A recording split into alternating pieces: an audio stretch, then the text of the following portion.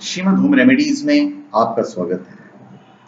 और हम आपको बताएंगे जब कोई आपका चरण स्पर्श करे तो आपको क्या करना चाहिए।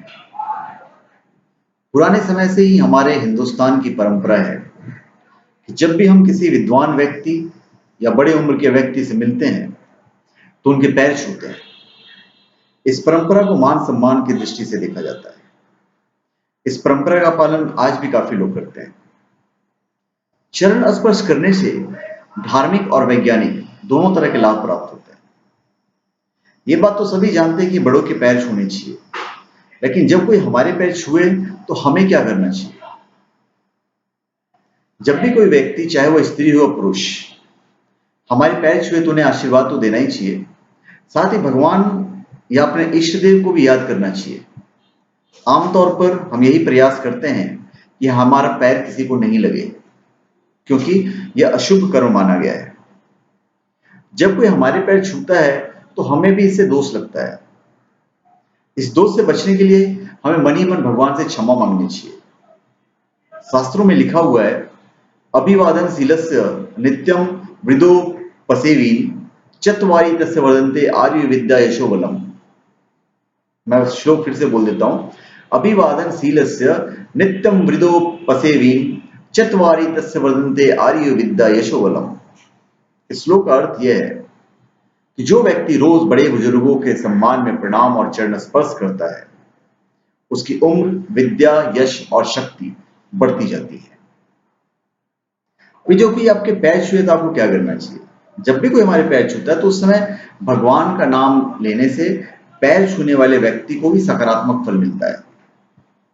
आशीर्वाद देने से पैर छूने वाले व्यक्ति की समस्याएं खत्म होती है, उम्र बढ़ती है और नकारात्मक शक्तियों से उसकी रक्षा होती है।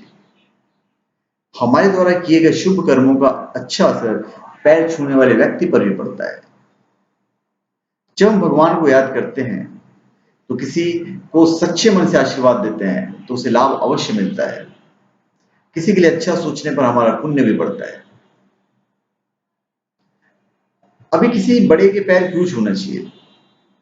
पैर छूना या प्रणाम करना केवल एक परंपरा नहीं है, एक वैज्ञानिक क्रिया है जो हमारे शारीरिक, मानसिक और वैचारिक विकास से जुड़ी हुई है। पैर छूने से केवल बड़ों को आशीर्वाद ही नहीं मिलता, बल्कि बड़ों के स्वभाव की अच्छी बातें भी हमारे अंदर उतर जाती है। पैर छूने का सबसे बड़ा फायदा यह है कि इससे हमारी शारीरिक कसरत होती है। अब आप पूछेंगे कैसे, तो पहला तरीका है झुककर हम पैर छूते हैं। दूसरा तरीका है घुटने के बल पर बैठकर हम पैर छूते हैं। कभी कभी साष्टांग प्रणाम किया जाता है, साष्टांग दंड पर किया जाता है। तो कहीं ना कहीं एक्सरसाइज हो गया ना भाई आपका ये। अभी झुककर पैर छूना, झुककर पैर छूने से हमारी कमर और रीढ़ की हड्डी को आराम मिलता है। घुटने के बल पर अगर बैठकर पैर छूते हैं तो इस विधि से पैर छूने पर हमारे शरीर के जोड़ों पर बल पड़ता है, जिससे जोड़ों की दर्द में राहत मिलती है।